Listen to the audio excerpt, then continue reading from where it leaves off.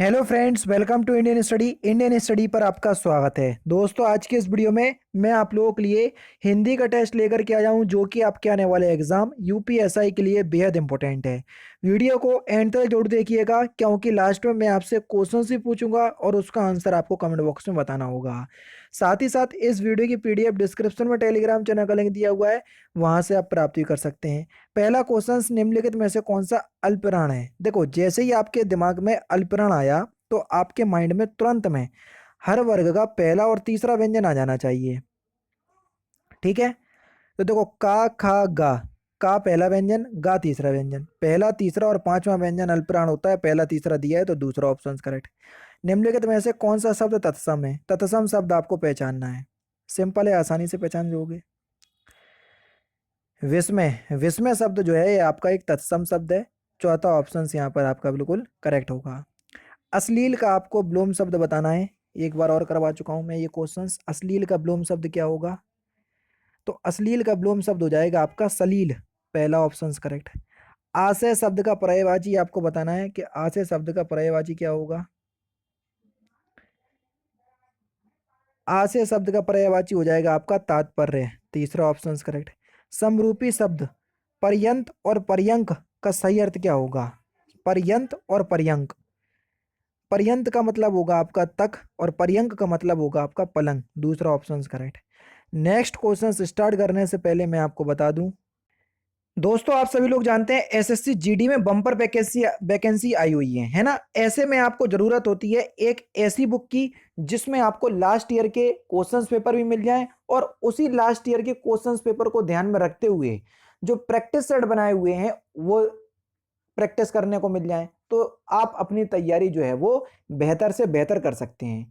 तो इन्हीं सारी बातों का ख्याल करते हुए चक्षु पब्लिकेशन, कौन सी दोस्तों, देखो मैं आपको बताता हूं। चक्षु पब्लिकेशन आप लोग के लिए ये एक प्रैक्टिस बुक लेकर के आई है, जिसमें 8 तो आपके सॉल्व पेपर दिए हुए हैं लास्ट ईयर के, और उसी पर आधारित 20 प्रैक्टिस टेस्ट जो है वो आप लोग के लिए बनाए गए हैं। 3200 से ज्यादा आपको यहाँ पर बाहुबली के लिए प्रश्न मिल जाएंगे, देख लीजिए।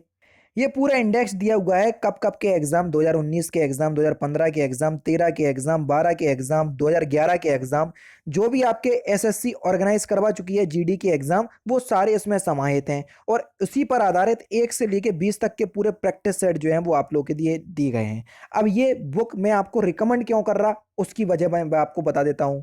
कोई भी आपने सेट पेपर लगाया है, ये वाला है ना, ये पहले ही सेट पेपर लगा लिया, पूरा क्वेश्चंस लगा लिए 1 से लेके 100 तक के, और 100 के पहले देखो यहाँ पर आपको ऑप्शन में हिंदी भाषा दी हुई है, इंग्लिश भाषा भी दी। इंग्लिश भाषा जो भी आपने सेलेक्ट किया हुआ होगा फॉर्म में, उसी के अकॉर्डिंग आपको एग्जाम जो है वो करना है। ये आपके आंसर की दी हुई है, यहाँ पर देख लीजिए। फिर आपको जो उत्तर दिया हुआ है ना, ये व्याख्या सहित दी हुई है। यही चीज इस बुक को खास बनाती है। तो यही मैं आपसे बोलूंगा कि आप कोई भी पब्लिकेशन की परचेस करो बुक, तो आप उसमें ये देखना कि जो क्वेश्चंस आपको नहीं आ रहा है उन क्वेश्चंस को सॉल्व करने के लिए एंड में सॉल्यूशन दिया या नहीं दिया। ये बुक आप लोगों के लिए अच्छी है, इसलिए बता रहा हूं। और सबसे अच्छी बात पता क्या है, इनके सॉल्व पेपर और गाइड बुक भी आती है, जिसमें आप अपनी तैयारी को जो है वो बेहतर से बेहतर कर सकते हैं और तैयारी को मजबूत कर सकते हैं। तो सारा कुछ आपको पैकेज चक्षु पब्लिकेशन में देखने को मिल जाएगा, अगर आप एसएससी जीडी की तैयारी कर रहे हैं। डिस्क्रिप्शन में लिंक है, वहां से परचेस कर सकते हो। आपको बता दूं, लिंक से परचेस करना नहीं चाह रहे तो नहीं करो, ऑफलाइन मार्केट से भी आप जाकर के परचेस कर सकते हो, मुझे कहीं भी कोई भी आपत्ति नहीं है। ठीक है, जो भी आपको सूटेबल लगे। फिलहाल इतना ही बताना था। नेक्स्ट क्वेश्चन दोस्तों आपके सामने, आयुष्मान का स्त्रीलिंग क्या होगा। Important questions. आयुष्मान का स्त्रीलिंग, तो आयुष्मान का स्त्रीलिंग हो जाएगा आपका आयुष्मती। दूसरा ऑप्शन करेक्ट। बहू का बहुवचन क्या होगा, जल्दी बताइए। बहू का बहुवचन क्या होगा, तो बहू का बहुवचन हो जाएगा आपका बहुएं। ठीक है, तीसरा ऑप्शन करेक्ट। इसमें बड़े ऊ की मात्रा है, जब बहुवचन बनाएंगे तो बड़े ऊ की मात्रा छोटे ऊ में परिवर्तित होगी, ध्यान रखना, नहीं तो कई लोग दूसरा लगा देंगे। सर्वनाम के कितने वेद माने जाते हैं। सर्वनाम के कितने वेद होते हैं, पढ़ा चुका हूं कई बार। 6 वेद होते हैं। ठीक है, पुरुषवाचक सर्वनाम, निजवाचक सर्वनाम, निश्चयवाचक सर्वनाम, अनिश्चयवाचक सर्वनाम, संबंधवाचक सर्वनाम, और एक और रह गया आपका प्रश्नवाचक सर्वनाम। होगा पूरे 6। मीठा अमरूद में मीठा विशेषण किस कोटि का है, यानी कि विशेषण तो है लेकिन मीठा शब्द किस विशेषण में आएगा। तो ये गुणवाचक विशेषण में जाएगा, है ना। और अमरूद जो शब्द होगा वो विशेष होगा, ये भी ध्यान रखना। जिसकी विशेषता बताई जाती है उसको विशेष कहते हैं। बंदर एक पेड़ से दूसरे पेड़ पर कूद सकते हैं, इस वाक्य में कौन सी संयुक्त क्रिया है, जल्दी बताइए।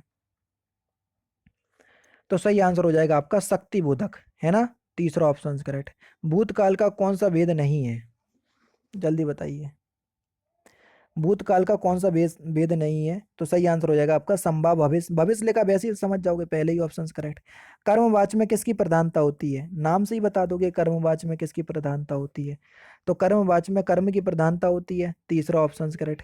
किस शब्द में आ उपसर्ग है, जल्दी बताओ। आ उपसर्ग किस शब्द में है,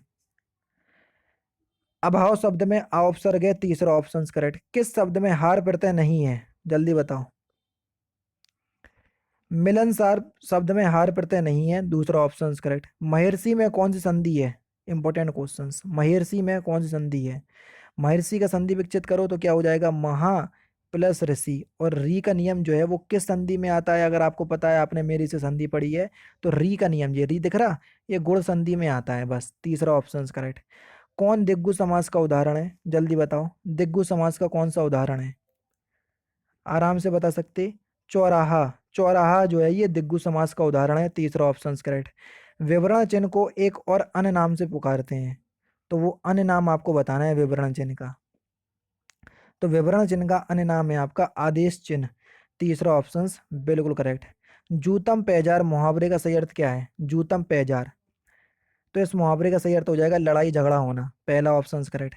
पीपर पात सरिस मन डोला में कौन सा अलंकार है, पीपर पात सरिस मन डोला। तो सरिस शब्द आ गया, यहाँ से पहचानेगा कि उपमा अलंकार है, दूसरा ऑप्शन करेक्ट। अधिकार खोकर बैठना यह महादुष्कर्म है, इस पंक्ति के रचयिता कौन है। तो इस पंक्ति के रचयिता है मैथिली शरण गुप्त, दूसरा ऑप्शन बिल्कुल करेक्ट। अब्ज का अनेकार्थक शब्द कौन सा नहीं है, अब्ज का, जल, ये अब्ज का अनेकार्थक शब्द नहीं है, चौथा ऑप्शन करेक्ट। वह जिसकी अब कामनाएं पूर्ण हो चुकी हों, वाक्यांशों के लिए एक शब्द क्या होगा,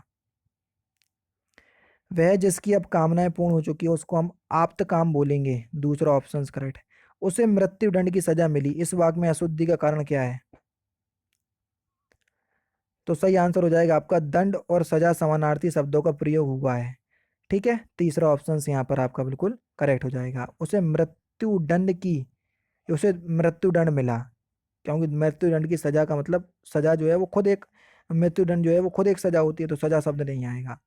हम भारत के लोग, भारत सूचक है किस तरीके का, हम भारत के लोग, तो भारत जो है इसमें एक पुल्लिंग शब्द है, पहला ही ऑप्शन यहाँ पर आपका बिल्कुल करेक्ट। विभक्ति, विभक्तियां सामान्यतः किसके साथ आती हैं, विभक्तियां, तो किसके साथ आती हैं विभक्तियां, संज्ञा और सर्वनाम के साथ। जैसे राजा ने राम, जैसे राजा बाजार को गए, तो राजा के साथ आई, तो संज्ञा और सर्वनाम के साथ आती हैं, ठीक है। तीसरा ऑप्शन करेक्ट। कहाँ राजा भोज और कहाँ फिलिंदा ब्लैंक्स तेली, तो इसको पूरा करना है, आराम से कर सकते।